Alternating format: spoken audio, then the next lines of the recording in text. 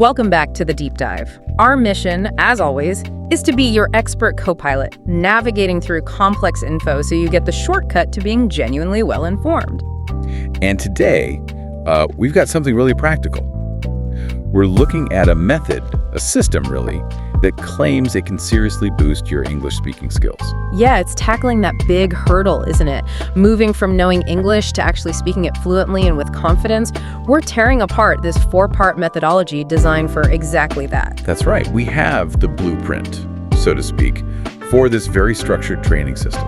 And it's not just, random tips. It looks like a deliberate framework. Engineered, it seems, to get learners over that frustrating hump where you can read fine, maybe even write well, but opening your mouth to speak, that's where the hesitation kicks in. Exactly. Moving past passive knowledge towards, actual conversation, confident conversation. And the focus here, which I think is key, isn't just grammar rules. It's about the delivery. It's about the skill of speaking. Right. The promise of the source material we're looking at is pretty bold. More confidence, understanding native speakers more easily. And crucially, sounding more natural yourself when you talk. Making English feel like a tool you actually use, not some puzzle you're always trying to piece together. Precisely. And the way it seems to work is through its sequence. It forces you through a kind of complete skill loop. Okay, so let's lay out the structure we're going to dissect. The source outlines 4 specific sequential parts. Yeah, 4 distinct steps. Part 1, listening. Part 2, vocabulary building, but in a specific way.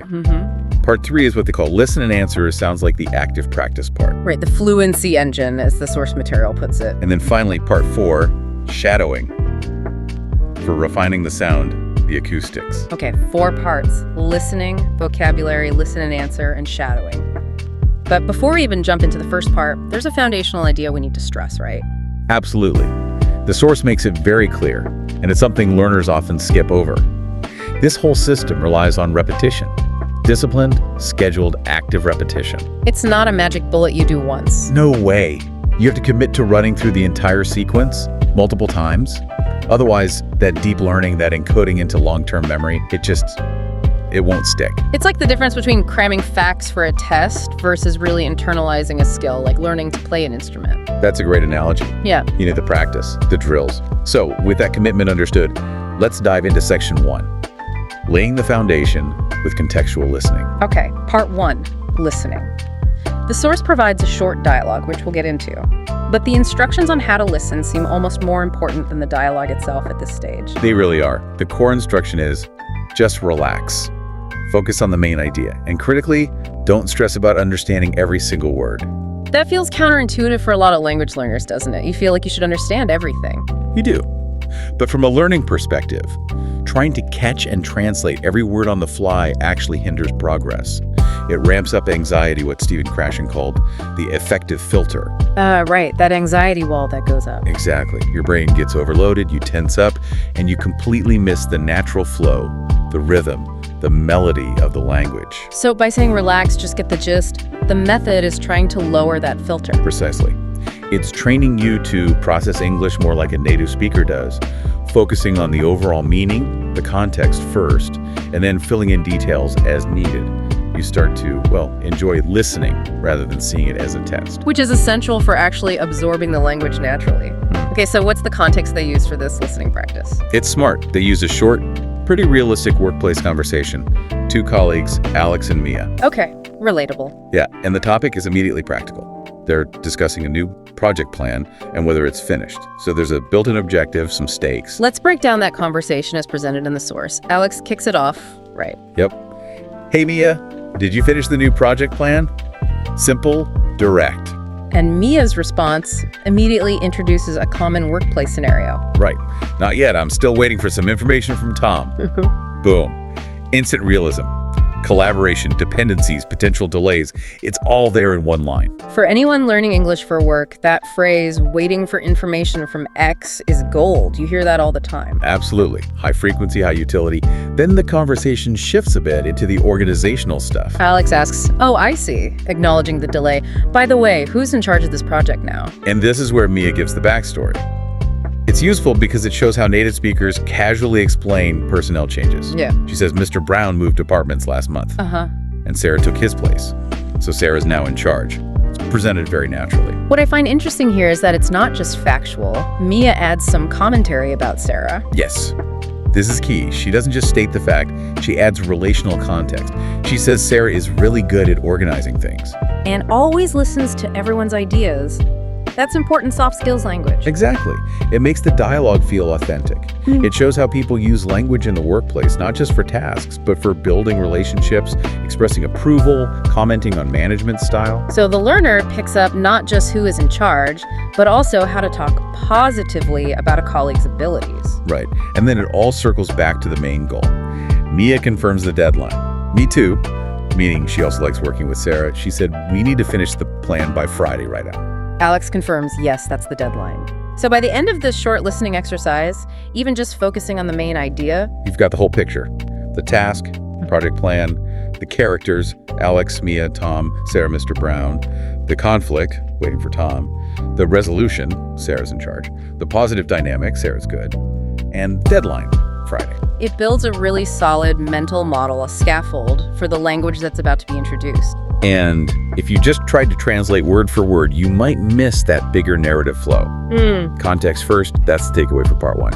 It primes your memory. Okay, that makes sense. It sets the stage perfectly for section 2, the language toolkit, moving from listening to actively learning words. Exactly. Part 2, vocabulary. And the strategy here is quite specific. They don't just throw a random list of words at you. No. No, they pull specific, useful words directly from that Alex and Mia conversation you just listened to. Ah, so the words are already anchored in that context. Precisely.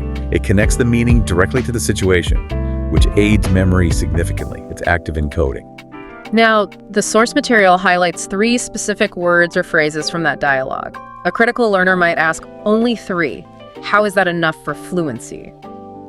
That's a fair question, and it touches on a common misconception in language learning, the idea that more is always better, the breadth versus depth issue. Right, chasing massive vocabulary lists. Yeah. But this method seems to prioritize depth and utility. These 3 phrases, in charge of, leading, and deadline, are incredibly common and useful, especially in a professional context like the one presented. So the idea is mastery over quantity. It's better to truly own 3 high-frequency phrases you can use instantly Than to have a vague passive recognition of 50 words you stumble over when you try to speak. Absolutely. Instant recall under pressure is the goal. Okay, let's look at the first one. In charge of. This came up when Mia explained Sarah took over from Mr. Brown. Yep. The basic meaning is clear. Responsibility for managing or controlling something. But the source is smart. It immediately shows the range of the phrase through its examples. How so? Well, it gives straightforward literal examples first, like, my teacher is in charge of our class trip, or I am in charge of security. Defines the function. Okay, standard uses. But then it gives examples that show more nuance, like the slightly exaggerated informal, he's in charge of everything. Right, you hear people say that sort of thing. Or the opposite, which can convey frustration or dismissal. You are in charge of nothing. Ah, I see. So it's teaching not just the definition, but the different ways the phrase can be used, the different tones it can carry. It's about function and feeling, not just grammar. Exactly. You learn how intonation and context change the meaning. Moving on to the second word, leading. This links back to Sarah, too, and Mia saying she was good at organizing. Right. Defined as guiding or showing others what to do. But again, the key is the surrounding phrases they provide for practice. They give, follow my lead. Like do as I do. Yep, setting an example or standard, and also lead the way. Which is more literal, like show us the path or go first. Exactly. So the learner isn't just memorizing leading, guiding. They're learning these common collocations, these chunks of language related to direction, initiative, and group dynamics. And connecting leading visually in your mind to Sarah, who's good at organizing, probably makes it stick better than just a definition on its own. That's the power of contextual learning. It creates stronger neural connections. Okay, and the third one, deadline. The big one from the dialogue, the source defines it as the final time or day something must be finished. Pretty straightforward. But the examples hammer home the feeling associated with it, the urgency, the finality. What examples do they give? Practical ones like the deadline's tomorrow, or the negative outcome, the deadline was missed. Standard stuff. Okay. But the one that really resonates, culturally almost, is the phrase, the deadline is the deadline. Yes. It sounds a bit repetitive, but it carries a lot of weight. It really does. It signals this is non-negotiable, stop making excuses. It's a way to convey seriousness and shut down discussion. A learner needs to understand the impact of saying that. So part 2 isn't just vocabulary flashcards, it's teaching these high-value phrases within their functional and emotional context. Precisely. And crucially, the source material keeps emphasizing. Repeat, repeat, repeat. Say the words, say the example sentences out loud. Right. Got to build that muscle memory, force it from passive knowledge into something you can actually produce. Which brings us logically to the next stage. Section 3, the fluency engine. This sounds like where the active work really happens. This is part 3, listen and answer practice. And the source claims this is the fastest way to improve fluency. I tend to agree with that premise. Why is it considered so effective? Because it directly tackles the gap between understanding and speaking. It forces you to produce language immediately in response to a prompt. No time to meticulously construct sentences in your head. It's essentially retrieval practice, isn't it? Like being quizzed. Exactly. And we know retrieval practice is one of the most powerful learning techniques. You might think you know the answer, but being forced to retrieve it and say it out loud solidifies it like nothing else. It bridges that gap between passive comprehension and active production under time pressure. That's the core of fluency. Can you respond quickly and accurately? This section drills that specific skill. Let's look at the question and answer pairs they use. The source material seems quite specific about the sequence. Yeah, the order looks intentional. It starts by checking basic comprehension of the scenario, then drills down into details and incorporates the new vocabulary. Okay, first question example. Did Alex ask Mia about her weekend plan? Simple setup check. And the required answer isn't just no. Right, it's a full sentence correction. No, he asked her about the new project plan. So you practice negation and providing the correct information concisely. Smart. Then it probes the main conflict point. Yeah. Did Mia finish the new project plan? Answer, no, she didn't. Straightforward recall. And the immediate follow-up. Why didn't Mia finish the project plan? This demands the specific reason from part 1. Because she is waiting for some information from Tom. Forces recall of that dependency. Exactly. Now, watch how they weave in the new vocabulary from part 2. Oh. Question, who is in charge of the project now? And the answer requires using that target phrase. Instantly. Sarah is in charge of the project. You have to deploy it right away. Active use, not passive recognition. Then they seem to solidify the details around the change in leadership. Right. Was Mr. Brown still leading the team? Requires negation. No, he wasn't leading the team anymore. Uses the other vocabulary word. Followed by, why wasn't he leading the team? Forcing recall of the reason. Because he moved to another department. Ensures you didn't just memorize the name change, but understood the context. They even include a question to catch potential confusion, like mixing up Mia and Sarah. Yeah, that's a good one. Did Mia take Mr. Brown's place? Requires careful recall. Answer, no she didn't, Sarah took his place. Tests that detailed understanding. And finally, they bring it back to the deadline, the urgency. When do they need to finish the project plan? By Friday, the deadline reinforces the key constraint. And they even use a trick question like, is the deadline Monday? To force a clear no and reaffirm the correct day. Okay, the questions themselves build comprehension and force recall. But the source stresses something else even more here. The how. The instruction is explicit.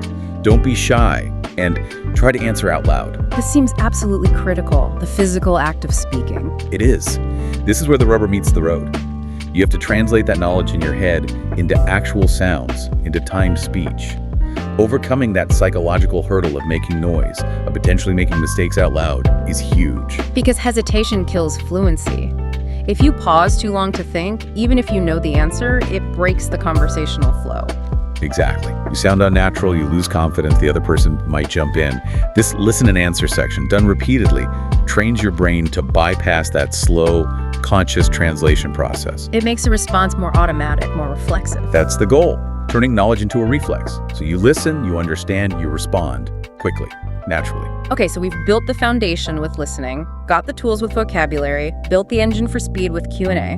What's missing? Sounding good. It's not just about being understood. It's about sounding natural, confident. Which leads us to section 4. Sounding natural, the power of shadowing. Right, part 4, shadowing. What's the specific objective here? The goal shifts. It's no longer primarily about what you're saying, the meaning or accuracy. That should be solid by now. The focus here is entirely on how you're saying it. So mimicking the speaker. Precisely.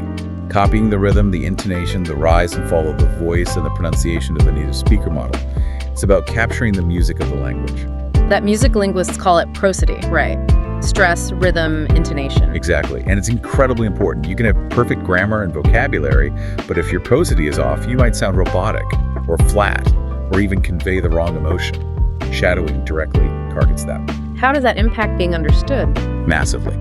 Native speakers rely heavily on stress and intonation to grasp meaning quickly and understand the speaker's attitude or intention. Think about the difference between a flat statement and an enthusiastic question. The words might be the same, but the prosody changes everything. Like asking, Sarah is leading the team, versus exclaiming, Sarah is leading the team. Completely different feeling, conveyed just by sound. Perfect example. Shadowing trains your ear to catch those nuances and your mouth to reproduce them. Let's look at the lines the source suggests for shadowing practice. They seem chosen for specific acoustic features. They do. They start with Alex's opening question. Hey, Mia, did you finish the new project plan? What's the acoustic focus there? That upward inflection on plan. It signals a question. Practicing that natural, slightly enthusiastic lift at the end. Also, the connected speech in did you, often sounding like dija. Okay. Then Alex's next line. Oh, I see. By the way, who's in charge of this project now? This one's great for practicing conversational flow. That little pause after, oh, I see. Then the smooth transition with, by the way. Mimicking how native speakers link thoughts and shift topics naturally, often running words together. Then they have Mia's positive comments about Sarah. Right. That makes sense. She's really good at organizing things. The focus here would be stressing the key words naturally sense, really good, organizing, to convey genuine agreement and praise. And her other line, me too, she said, we need to finish the plan by Friday, right? That little right tagged on the end with a slight upward tone, that's a classic conversational move. It confirms understanding while also building rapport. Shadowing helps you nail that specific intonation pattern. And finally, the wrap-up lines. Good idea. I'll prepare my notes tonight. Practicing a tone of agreement and commitment. And the final confirmation, yes, that's the deadline. Let's work together tomorrow to complete it, delivering that with clarity and finality. So shadowing is almost like vocal mimicry. You're training the physical aspects of speech production. It engages mirror neurons, essentially. You're matching the physical movements and the resulting sound patterns, bypassing conscious grammatical analysis. You're synchronizing your ear and your mouth. It really highlights how the four parts build on each other. Absolutely. You need the context and sounds from part 1. You need the specific words from part 2. You need the quick production ability from part 3. And part 4 polishes the sound of that production, making it natural. Let's take a step back then and look at the whole system. This 4-part loop, listening, vocabulary, listen and answer, shadowing, what's the big picture effect? It systematically dismantles the common barriers to fluency. Part 1 lowers anxiety and builds context. Part 2 gives you usable tools linked to that context. Part 3 forces you to actually use those tools quickly, bridging the gap between knowing and doing. Right, building speed and automaticity. And part 4 makes sure what comes out actually sounds like natural, confident English. It's acoustic refinement. It seems incredibly efficient because it integrates everything, comprehension, vocabulary, production, pronunciation, into one structured practice session. It tackles that synthesis problem head on. How do you combine all the different elements of language in real time? This method provides a structured way to drill that synthesis. But as we said at the start, there's a catch. It only works if you actually do it consistently. And that brings us to the source's ultimate study tip. The non-negotiable instruction. Which is? Keep watching this video every day for 1 week, repeating the entire 4-part sequence daily. For a whole week. Why that specific time frame? Is it just arbitrary? It doesn't seem arbitrary. It taps into principles of spaced repetition and memory consolidation. Doing it daily for a week forces that information from your shaky short-term memory into more permanent, accessible long-term memory. You're literally carving those neural pathways for those specific phrases and patterns. Exactly. You're making it automatic, reflexive. This really pushes back against the way many people approach learning online now, doesn't it? The constant search for the new. Oh, absolutely. We're addicted to novelty. New video, new app, new technique. We feel like we're learning more if we consume more different things. But this suggests that maybe depth, not breadth, is the key, at least for building this kind of active skill. For fluency, yes. True mastery comes from deep practice and repetition of core patterns and vocabulary until they're effortless. The value isn't just knowing the information, it's being able to apply it instantly, without thinking. So the person who diligently repeats this one focused lesson for a week Will likely gain more usable functional fluency than someone who passively watches 7 different unrelated grammar lessons in the same week. It's about application and automaticity. Which leads us to a final thought for you, the listener, to chew on. The source itself mentions that knowledge is most valuable when understood and applied, and that critical thinking is essential. So consider this. If this structured, repetitive 4-part method provides a clear pathway to fluent production, the ability to speak without hesitation, what are the real consequences for your progress if you consistently choose novelty over repetition?